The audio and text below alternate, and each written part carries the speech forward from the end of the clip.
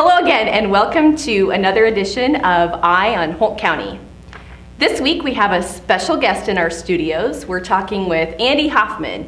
Andy is the father of 6-year-old Jack Hoffman, who has really captivated all of our hearts and prayers here in O'Neill and Holt County and all of Nebraska. But we're here visiting with Andy today to get an update on how Jack's doing and how he's progressing. Well, thanks for having me, Nicole. Jack is really doing great. You know, he of course had that pediatric brain cancer diagnosis back in May, and you know, he had that second surgery out at Children's Hospital in Boston in October. Before that, he was, you know, having seizures 5 to 8 times a day, and you know, I'm happy to report and tell anybody whenever they ask about how he's doing, we say, you know, he's been seizure free since that second surgery. So that's been about 150 days.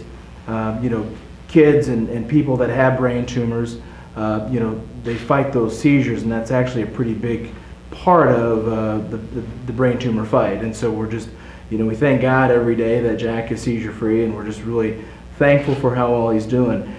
He's doing some wrestling. You know, to look at Jack and to see him and those that are around him every day, he is a normal 6-year-old boy right now, and so you know, we enjoy every single day to the fullest, and we just thank God that it's going as well as it is. Fantastic update. What does it look ahead for Jack in terms of scheduled visits?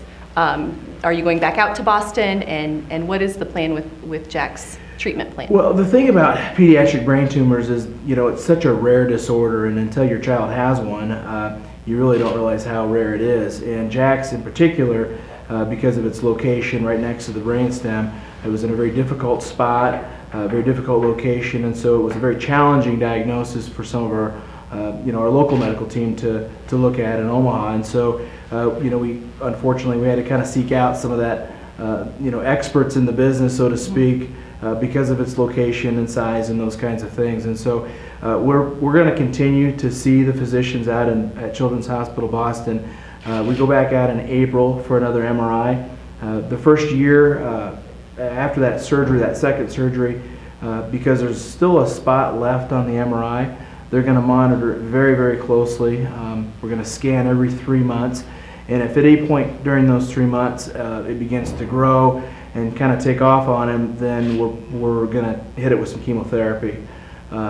You know, the chemotherapy is not necessarily curative. It's more just to kind of try to stop the growth and you know, prolong life and that kind of thing. And so eventually, you know, he might be looking at some radiation. But you know, having said all that, the doctors out at Children's Hospital they're very optimistic for Jack, and so we are too.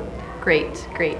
Well, with Jack being such a young boy and maybe having you know, this rare disease, you know, thrown onto him, you know, having, you know, the support of your local community and the whole region and whole state of Nebraska, you know, I think the state, you know, with Team Jack really helped rally behind you guys, and you know, how does that affect, you know, I have a 6-year-old myself, and just how does that affect maybe a 6-year-old boy, and what does that really? You know, the support of our local community, you know, Atkinson, O'Neill, Spencer, where I'm from originally, you know, Burke, South Dakota, where my wife is from originally. That local community support has been unbelievable. You know, and the prayer support that follows that community support, it gets you through it. You can't get through something like this without that. Right. And you know, in turn, that support, because it, you know, lifts you up, it helps your psyche, it helps your attitude. When you're at home and you're with Jack, and so, you know, he doesn't know there's anything wrong necessarily, because we're uplifted by everybody else's support. You just watch video footage and the photos of Jack that are all over it, and yeah, he just looks like your normal 6-year-old boy, and I saw the wrestling photos from his wrestling event last week, and just brought a smile to my face to see that, yes, he's doing what any 6-year-old boy would be doing this time of year. And it brings a smile to mom and dad, that's for sure. Good, good. Well, Rex Burkhead, who has really helped your family out and helped bring awareness and attention to pediatric brain cancer, how has Rex's involvement with your family?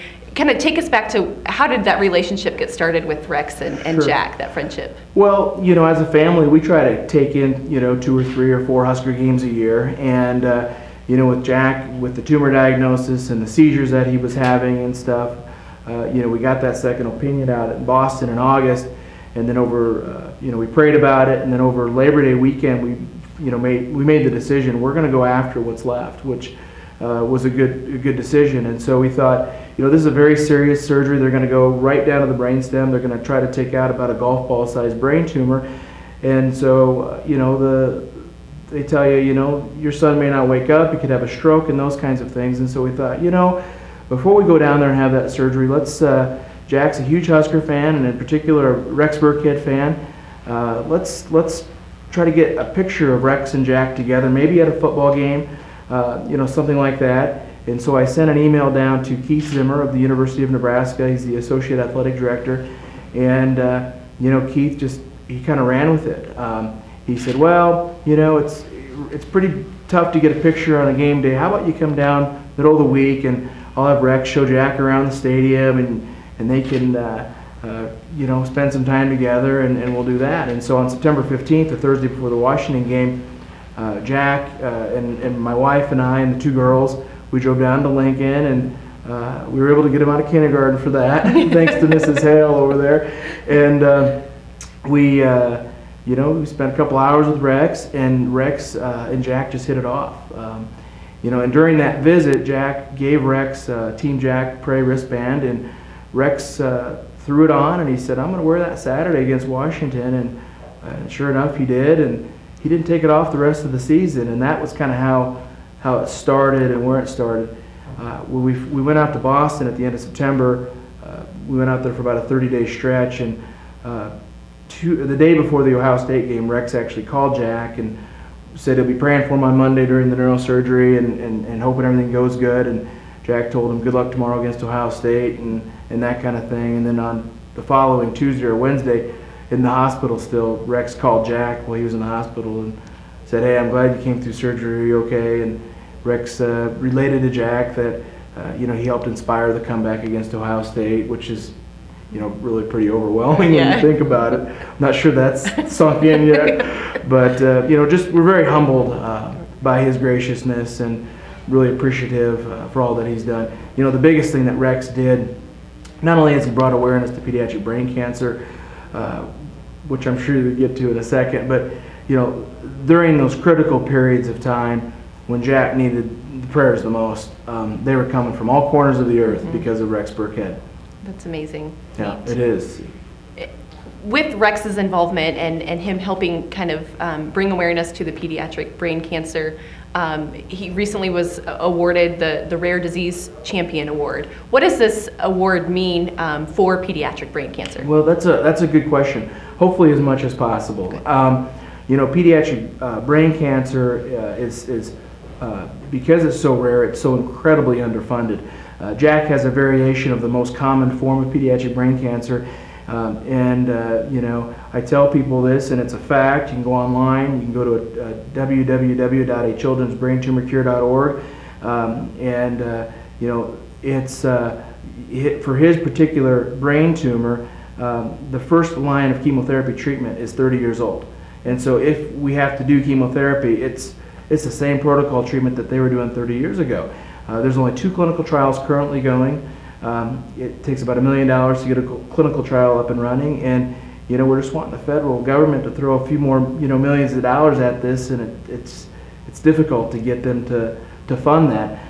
This award really equates to awareness. It gets people talking about it, and that's really a big deal, because the more you talk about it, the more people become aware of it, and that helps put it on the national agenda.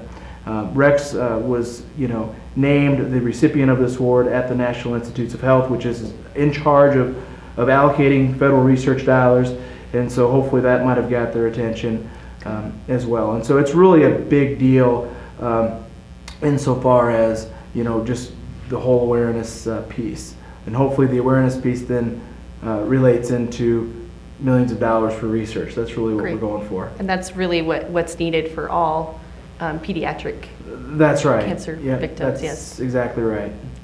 So pretty incredible to think about when all we wanted was a picture. Exactly, yes, yeah.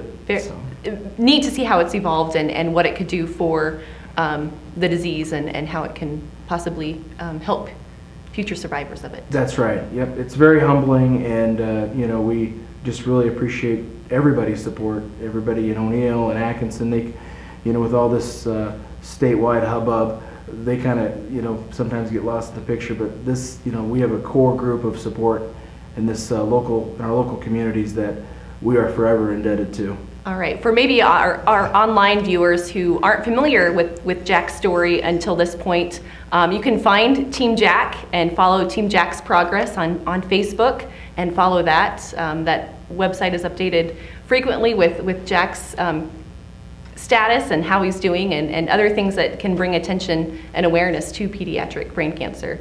I want to thank you, Andy, for coming in to our studios and visiting with us about Jack's progress, and we'll continue to pray and think positive on Jack's continued progress and healing. Thank you for having us. I really appreciate it. All right. That's it for this edition of Eye on Holt County. Join us again next week right here on Eye on Holt County.